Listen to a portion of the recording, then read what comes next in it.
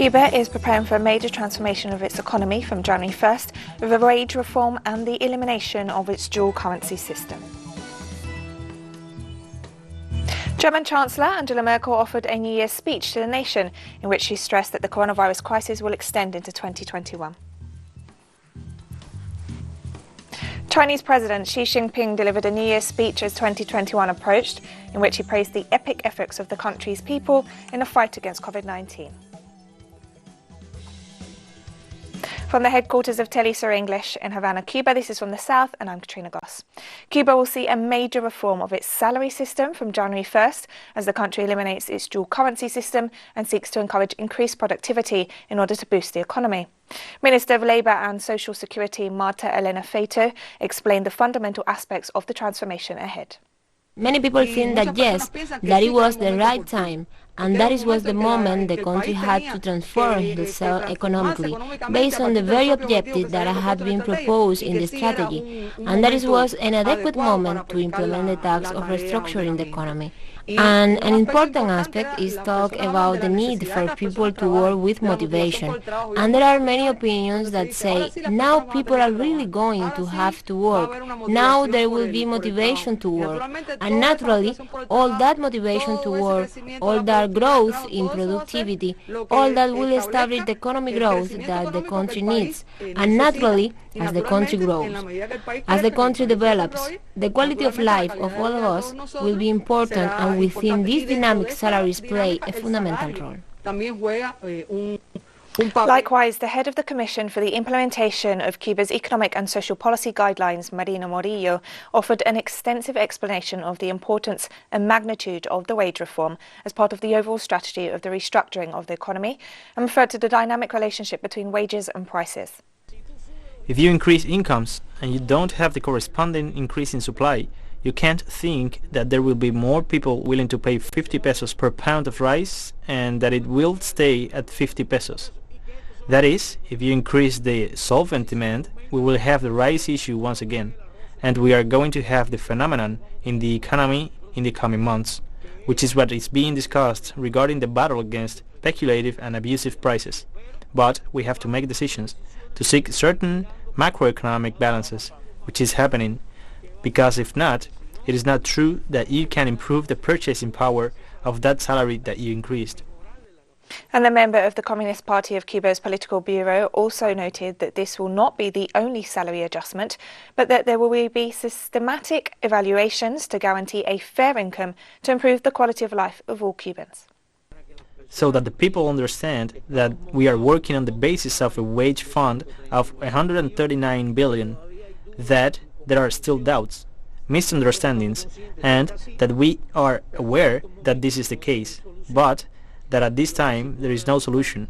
And what I can say is that regarding all that has been said, this is not the first wage reform.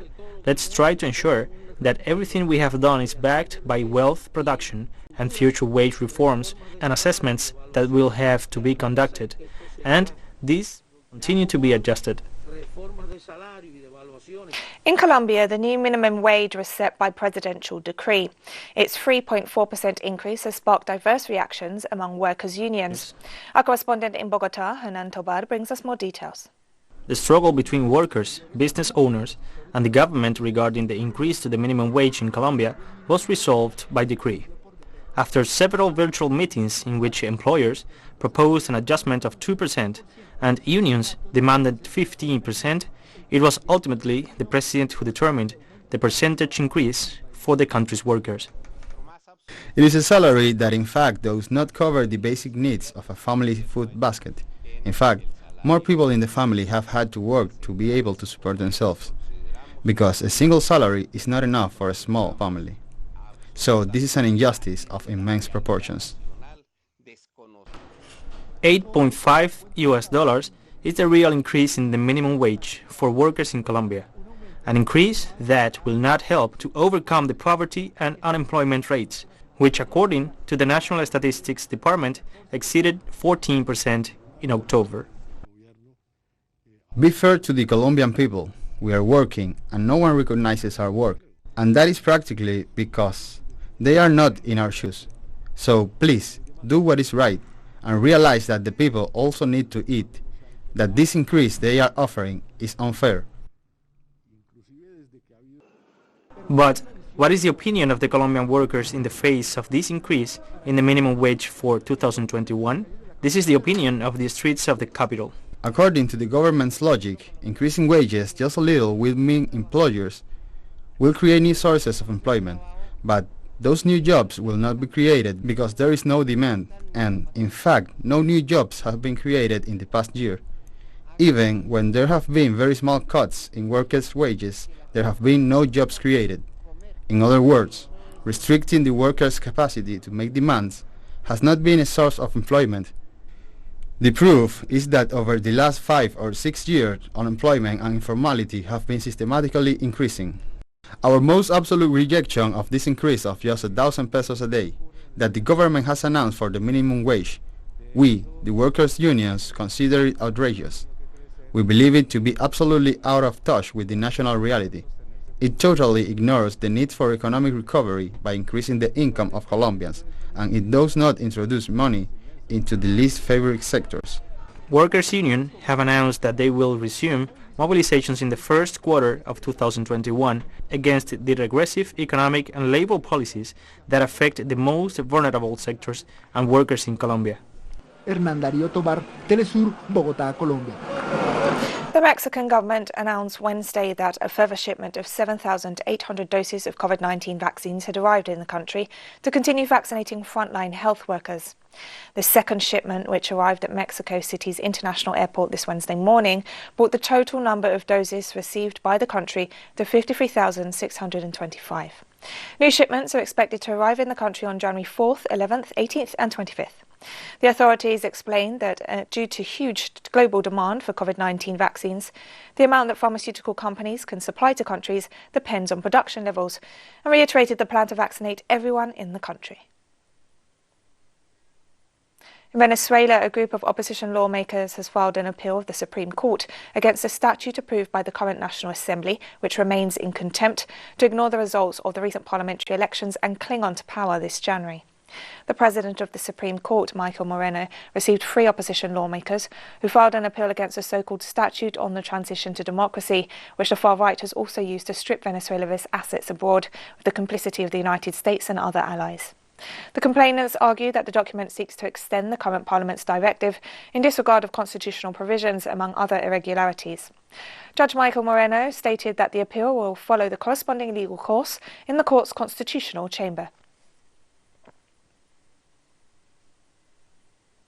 As 2021 approaches, UNICEF has expressed deep concern for the health and well-being of 10.4 million children forecast to suffer from acute malnutrition next year in the Democratic Republic of the Congo, northeast Nigeria, the Central Sahel, South Sudan and Yemen. The UN agency stressed that these countries or regions are experiencing dire humanitarian crises, while also grappling with intensifying food insecurity, a deadly pandemic, and with the exception of the Central Sahel, a looming famine. An estimated 10.4 million children are expected to suffer from acute malnutrition in 2021, the highest figure since 2013. The increase in household food insecurity and acute malnutrition among children is attributed to ongoing conflict and insecurity and limited access to essential nutrition, healthcare and water, sanitation and hygiene services. UNICEF has appealed for more than $1 billion to support its life-saving nutrition programs for children in countries affected by humanitarian crises over 2021. German Chancellor Angela Merkel offered a New Year's speech to the nation in which she noted that even when vaccines bring some hope, the coronavirus crisis will extend into 2021.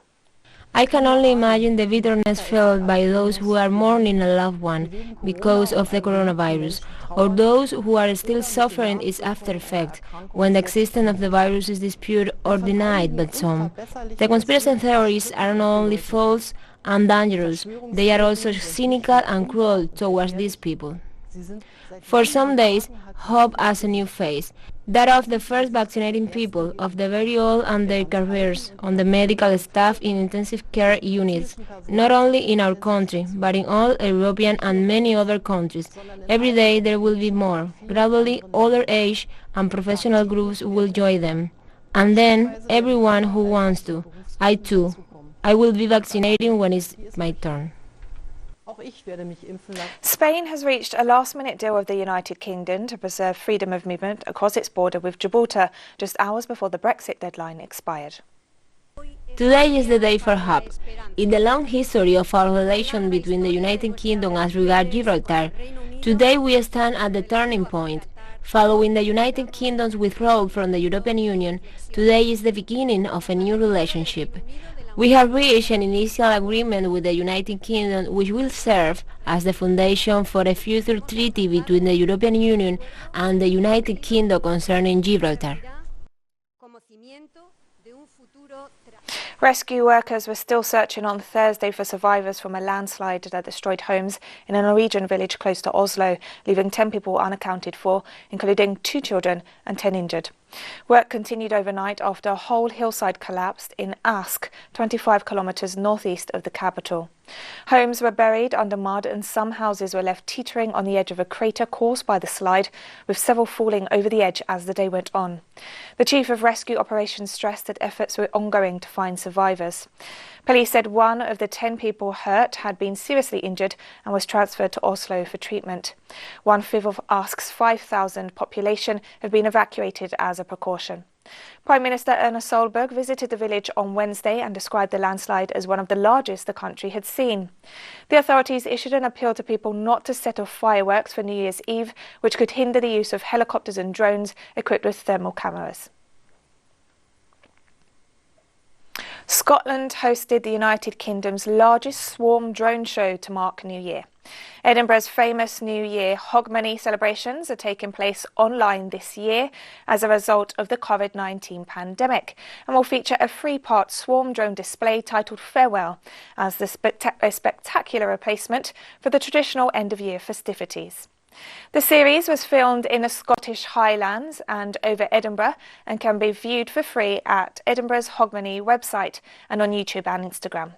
Using artificial intelligence software to choreograph their movements, the 150 drones reached an altitude of 150 metres and top speeds of up to 25 miles per hour to form images created by Scottish illustrator Gary Wilson.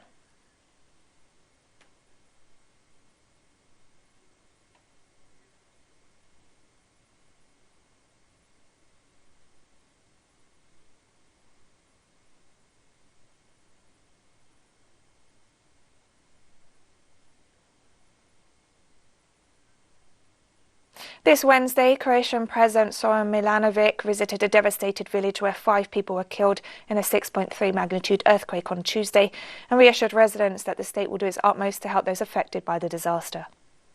There is no Maske Poljin, Zagreb or Glina problem now.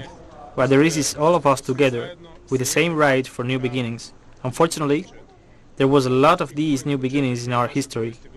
And Maske Poljin and Strasnis, villages like that were the most hit. 5 people were killed here yesterday. What can I say? Evil spell. I wish to thank all of those involved in helping the people here, especially the Croatian army. During a traditional end-of-the-year press conference, Italian Prime Minister Giuseppe Conte issued an appeal to all Italians to get vaccinated against COVID-19. I ask everyone to make an effort. Let's put away our ideologies. Let's forget the emotional reactions. Let's make an act of solidarity, if we do not want to call it an act of love. Solidarity with all our national community. Let's get vaccinated. Myself, I would get vaccinated right away to give the good example, but I intend to respect the order of priority, so I will patiently wait my turn. The Irish Prime Minister announced the tightening of coronavirus restrictions for at least a month as infection rates are surging and warned that the situation is extremely serious. We must apply the brakes to movement and physical interaction across the country. We must return to full-scale level 5 restrictions for a period of at least 1 month. From this evening, no visitors are permitted in private homes or gardens unless they are providing care to children, the elderly or vulnerable, or are part of a support bubble. No social or family gatherings should take place in any setting. There will be an exemption for weddings where up to 6 guests will be allowed and funerals where up to 10 mourners will be allowed. You should stay at home except for travel for work, education or other essential purposes, or to take exercise within 5 kilometres of home. All non-essential retail and gyms will close tomorrow at close of business. People over the age of 60 are being vaccinated against the coronavirus in the Russian capital, Moscow, in a massive campaign that began in early December with at-risk workers. I'm so afraid of this disease. We have to protect ourselves. My whole family has been vaccinated, but they are younger than me. I'm waiting for my turn, and I count with pleasure, hoping that everything will be alright. I am tired of staying at home. I would like to get antibodies faster so that I can go for a walk. Since the authorization and opening of the registration for vaccination, we had had many more people come for vaccination, and they are in the elderly category. I was vaccinated against coronavirus because I need to be able to communicate everywhere I go. I live alone. I need to move around.